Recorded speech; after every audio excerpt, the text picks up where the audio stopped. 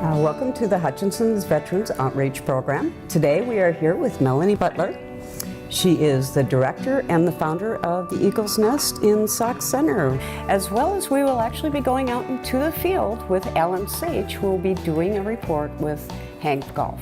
Now I've heard nothing but great things about the Eagle's Nest, but I'd like to hear from you what it is that they do there. They heal with honor. They find their task and purpose, and they live another day. Very nice. And how long have you been doing this? Well, I've been advocating for veterans since I was 8, but the Nest was started in Sauk Center. We opened our doors September of 2012. Very nice. Now, is this a place for homeless veterans, or? We are not a homeless shelter, we are a home. Okay. That's one of the stigmas that we're trying to break. If we don't expect them and give them a place to heal with honor and a loving home, then they can't heal. Statistically, veterans are taking their lives at a huge rate. At 22 plus a day is the government statistics. For those of us with our boots on the ground and skin in the game, we'll tell you that that's much higher, closer to 70 plus. And they come with, and some are not homeless. Some have homes and families that they're struggling to reintegrate back to. Some of them are battling substance abuse, mental health, or addiction, and some of them are not even addicts by choice. Some of them have done multiple deployments and were given medication while in combat, that then when they came back, those drugs that they had medicated with them to keep them in combat and help them get through that are now causing them the addiction problems they're having here. So they come and we network a whole bunch of clinicians that come and offer resources, everything from accelerated resolution therapy that HUA blessed us with, training 7 clinicians to offer that to our veterans at the Nest, both of our nests actually now, and to do outreach. They can go see them at their private practice as well. It's probably one of the best forms of PTSD therapy that I've seen to date. And if we have a veteran and their family member that needs to go to their very intense program, we can reach out to HUA and they get them to Veterans Alternative in Florida. So it's truly about just networking a whole bunch of people, just like Saluting Community Heroes is doing. Exactly.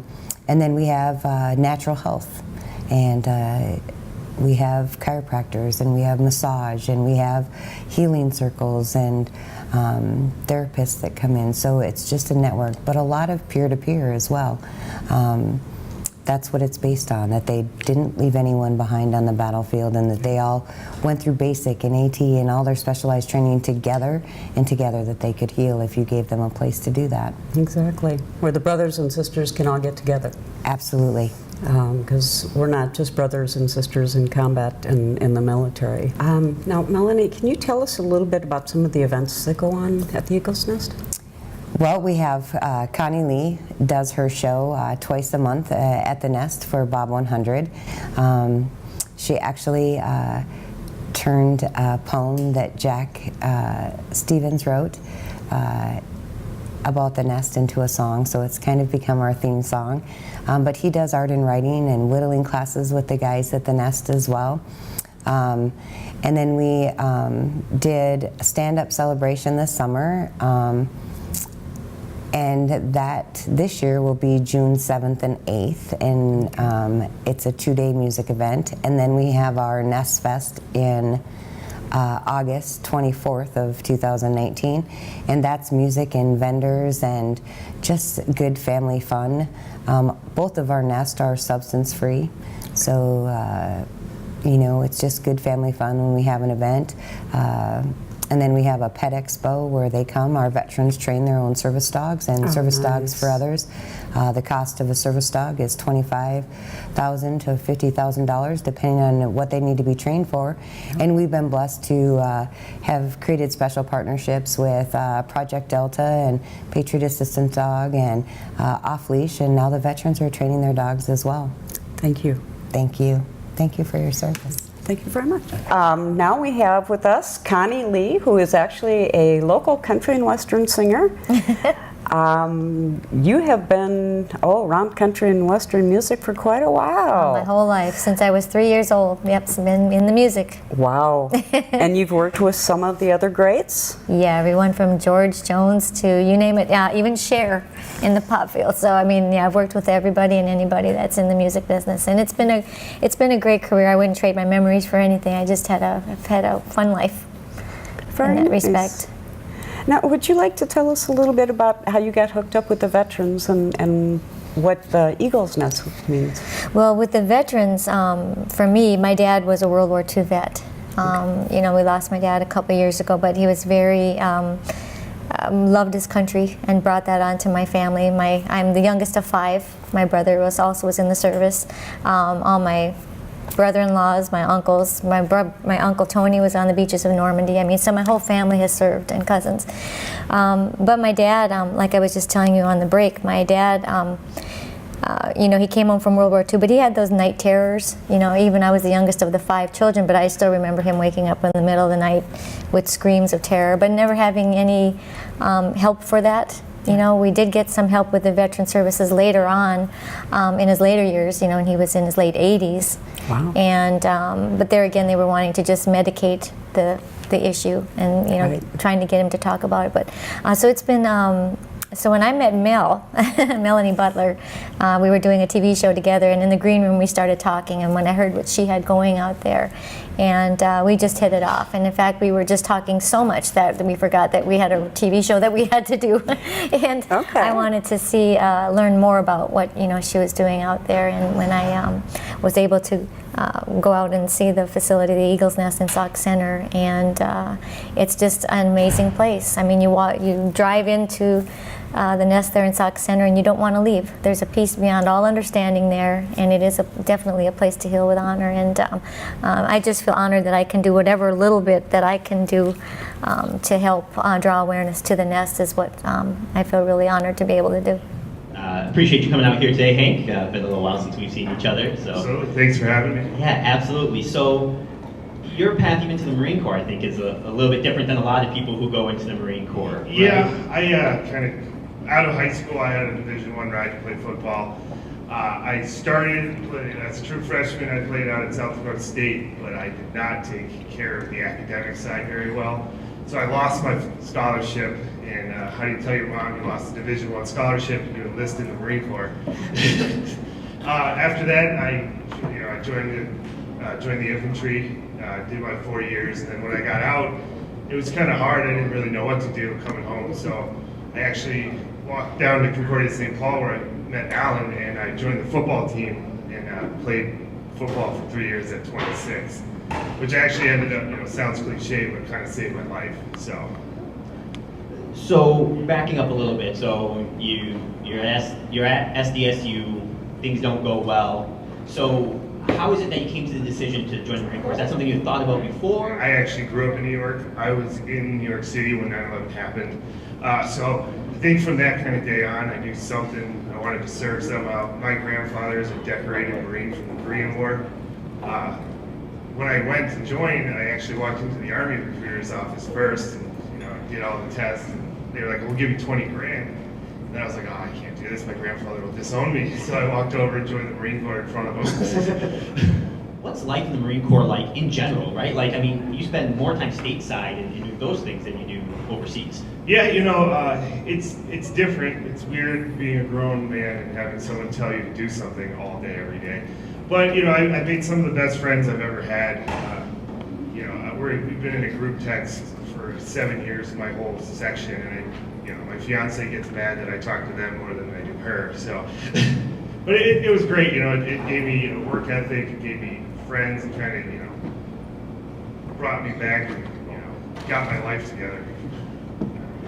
So you did do 2 deployments during your time over in the Marine Corps, and as Johanna said, you went to Afghanistan, Sangin, which is in Helmand Province, which is in the western part of the country, well known for a lot of the poppy and opium in that area. Yep. And also throughout the course of the war, that region has probably been some of the fiercest fighting and some of that's kind of outside the main areas of Afghanistan, so it's kind of on the outline. So tell us a little bit about, even just from a life perspective of like, what were your living conditions like? Are you on a large base? Are you in a place where it's you and 6 other guys and some sandbags? What does that look like for you? So my unit, no Marine Corps unit had been in Afghan since '01, and so '08 I went over, where it was 1 battalion we had, where now they have 1,000 guys, we had 32. So it was, we built the bases. I mean, I slept in the dirt for 9 months. I didn't shower for 89 days, kind of stuff. So that part of your career is over, and you get back and you're stateside for however long you're stateside before you reach the end of your contract and you decide to get out. So what does that time between when you separated from the Marine Corps and when you come to Concordia St. Paul, what does that time look like? So when I first got out, first 6 months you get out, you're like, this is amazing, no one's telling you what to do, you can do whatever, I had long hair, it was awesome. But then you kind of start to realize, like, your identity's kind of taken away. You know, you were a Marine, and now what do you do? And my unit got it's pretty hard. We had since 2011, my unit's had 37 suicides. We had I think 14 in 1 year. My unit's like a rare thing. We don't know why. New York Times wrote an article on us, but I started to realize, like, I got to do something, and that's when I went to Concordia because I could play football there and met Alan and a bunch of other guys, and that's kind of what happened. And kind of again, it saved my life. So you talked about that loss of feeling of identity. I think that's pretty common for veterans and for people when they get out of the military. Yeah. So how did you find your place on campus? How did you find your footing and be successful this time when you weren't successful the first time? I lucked out. Because I was on the football team, I instantly had another brotherhood. Yes, I was 26 and they're all 19, but it's like having 100 little brothers, I always say. And they would always look at me like, Hank, it's a good thing you're good at this, because you'd just be that weird old dude on the team if you weren't. Fair enough. But it was nice. I had a place to be. I had friends. Right, so you were a solid football player, and along with that then, so in your senior year, as Hannah mentioned, you received the 2015 Disney Spirit Award. Kind of leading up to it, there's an article about you in Sports Illustrated, ESPN does a game day interview and a visit with you that they broadcast on their big college football game day. As the season went on, we weren't very good, so it was kind of nice to have something, ESPN came to our practice, and I got to be on college game day, which was kind of the pinnacle of my career, because I never got to do it before. And from there, then Disney, I heard Disney wanted to maybe hear from me, and I was like, all right, cool. And then they finally told me I won it, and this is the same award like Tim Tebow won. So I'm like, oh, pretty cool. And then so they flew me down to Atlanta. I was hanging out with Baker Mayfield, who's still my good friend now, and Sean Watson, and all these pro football players. So I got a free trip to Atlanta, a free hotel. It was awesome. But I think the coolest part was just my mom being able to see it. She loved it. I got a huge trophy that I'm not allowed to keep in my house because she has it.